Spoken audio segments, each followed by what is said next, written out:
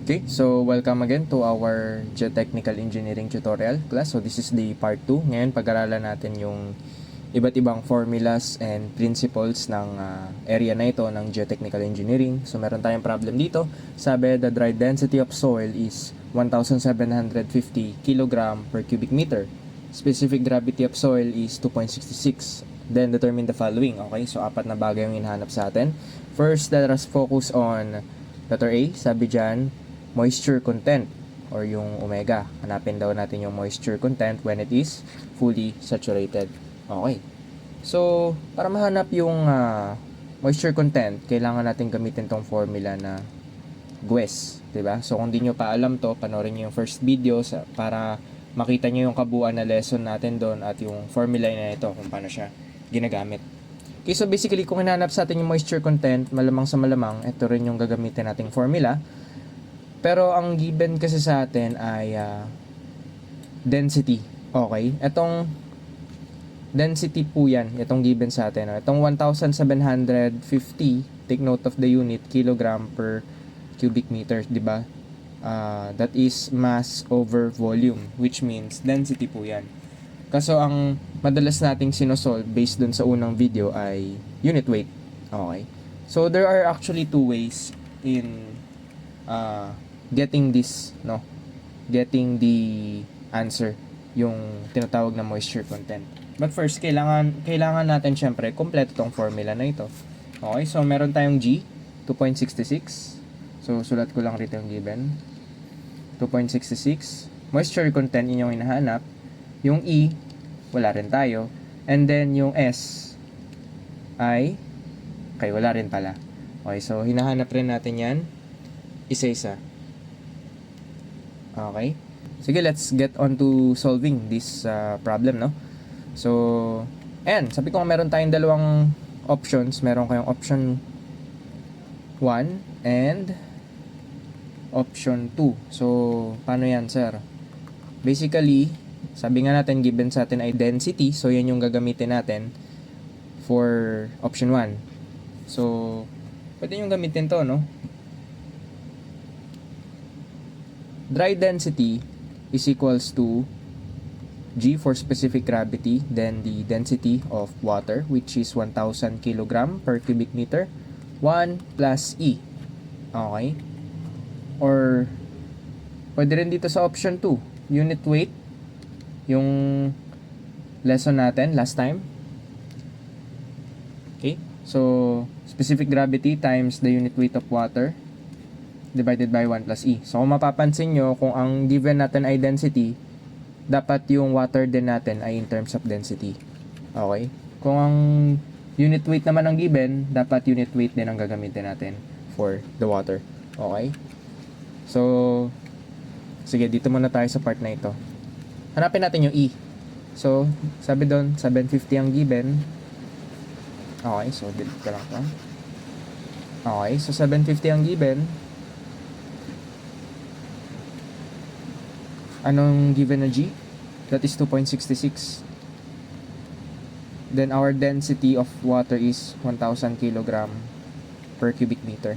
1 plus E. So on your calculators, solve nyo lang para makuha nyo yung E.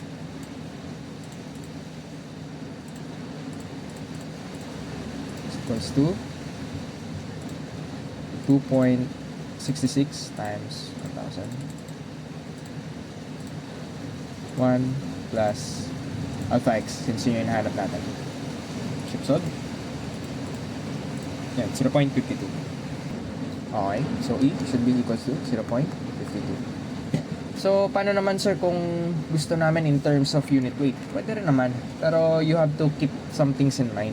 Since given nga natin ay density, kailangan nyo pang i-convert. Okay, so that is 1750 divided by 9.81, which is gravity, para maging in terms of kilonewton per cubic meter tayo. Okay? G, ganun rin, 2.66. Then, tandaan nyo, kung ang gamit natin ay unit weight, dapat yung para sa H2O, unit weight din. So, convert nyo. Okay? That is 1,000 divided by 9.81. Okay? So, ganun lang din. Kung, limbawa, ko-convert mo to, ko-convert mo rin yung sa H2O. Okay? Kasi yan yung reference natin. 1 plus E. So, on your calculators, dapat parehong E na lalabas. Divided by 9.81. 1,000. Divide nyo rin to sa 9.81. Okay. So, shift solve. Ayun. 0.52 rin. Ayan. So, again, you can use any of the two. Okay? Wag lang kakalimutan na mag-convert. Depende sa given. So, ayan. Let's proceed. So, meron tayong G, W. Hinahanap natin yung E. Meron na. S na lang. Okay? So, ano yung S? If you're going to look at the problem, fully saturated. Diba? Ibig sabihin, pag sinabi pong fully saturated, ang kahulugan po nun, 1 yung ating degree of saturation. Or in terms of percentage, 100%. Kasi nga, fully saturated. Pag nabanggit na fully saturated, buong buo, edi 100%. Okay? So, ganun lang. Kompleto na yung guess natin. So, lang ulit natin. G for 2.66. Tapos yung hinahanap natin na moisture content, E is 0.52. Then S is 1 or 100%. So that should be 2.66 times 0.52. Okay, times 1. Shift, solve. 0.1954. Okay. Sabi natin 55. Round up natin. Or that is also equivalent to 19.55%. Okay? So I hope that clears up the question for letter A. Second question is saturated unit weight. Okay, for letter B.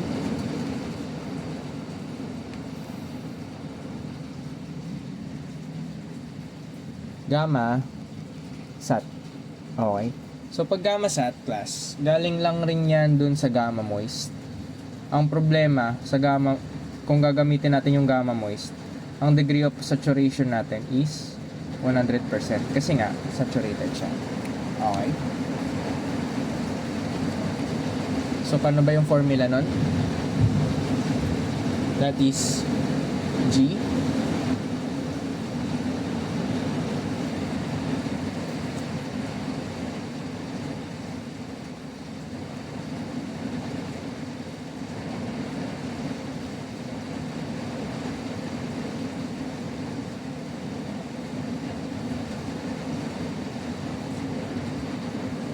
plus E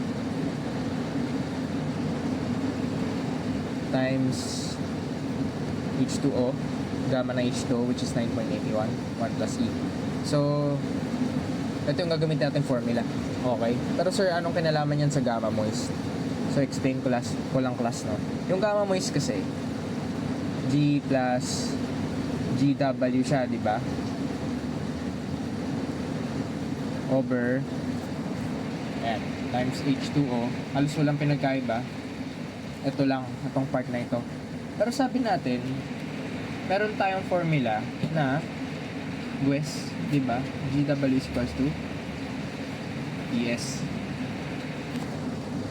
So ito, ES rin po yan. Okay. Ibig sabihin, pwede pala natin sabihin ES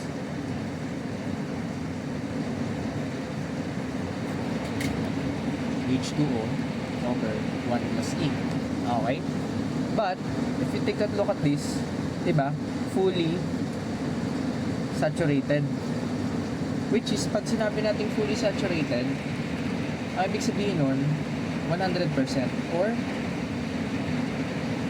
1. Diba? So, ibig sabihin, kung 1 lang rin yan, maka-cancel na yan as 1. Kasi nga, kahit hindi mo ilagay yung 1, okay lang, walang problema. Kaya sa naging G plus E, which is ito na yan. Okay? So, dun lang din galing yun. Pasensya na ako, medyo maingay yung mic kasi maulan ngayon. Medyo malakas ang ulan. Okay, so plug and play lang tong formula na to, napakadali.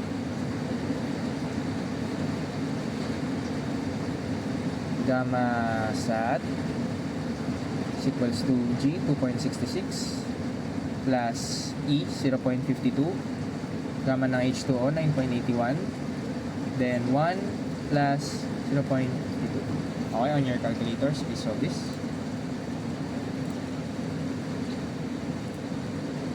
2.66 plus 0.52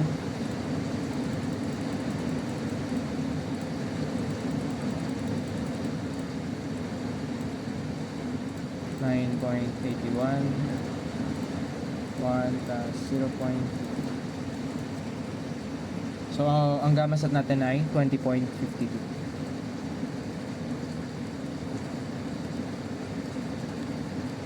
Kilonewton per.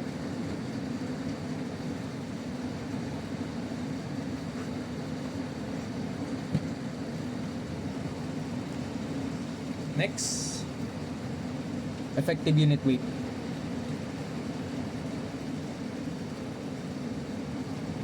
So, paano naman yung effective unit weight, sir?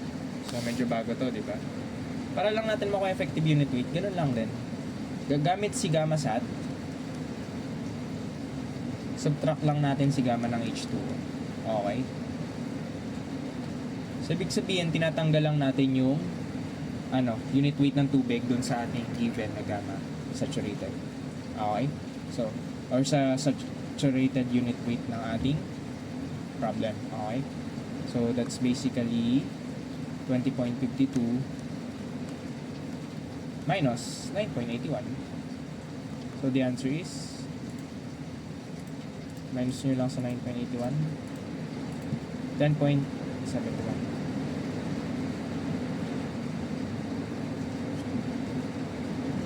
Okay. Next, letter D is anong tanong dyan? Mass of water to add to obtain full saturation. So, ano yung ibig sabihin yun, class? To obtain yung full saturation, ano daw yung kailangan na idagdag mong tubig, the unit weight of water? Okay? So, basically, ito lang yan. Gamma sat minus gamma moist. Okay? Ibig sabihin, yung fully saturated na unit weight niya, minus mo lang doon yung sa moist unit weight. Okay? But what is the moist unit weight? So, ito yung kanina. In-example natin, di ba? So, for this formula, G plus SE, or you can use GW rin, walang problema doon. Gamma ng H2O over 1 plus E. So, ayun, solve natin. G is 2.66, 1 plus S, that is 100% saturated. So, ano lang yan? E is 0.52. Gamma ng H2O is 9.81. Then, 1 plus E.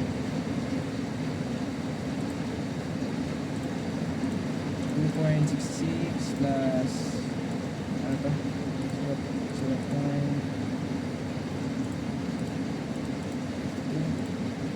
9.81 1 plus 0.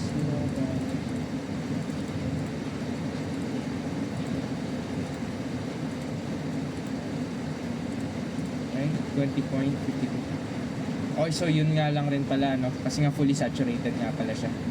Kaya ito lang din yun. So napatunayan natin by solving for gamma moist, since fully saturated nga yung nasa problem natin, yun lang din yung sagot, yung gamma sat. So pag tinanong kayo ng what is the saturated or what is the moist unit weight, pagka fully saturated siya, ito lang din yung gagamitin yung formula. So yun din drive na nga pala natin. Which is, again, 20.52. So, ganun lang din pala. Minus 20.52 rin. Okay, so 0. Okay. Kasi nga sa problem, fully saturated naman talaga siya. Hindi lang siya moist. Okay, so pero ito yung gagamitin yung formula when it comes to obtain full saturation. Okay. Don't forget to like, subscribe, and hit that notification bell for more engineering and math tutorials.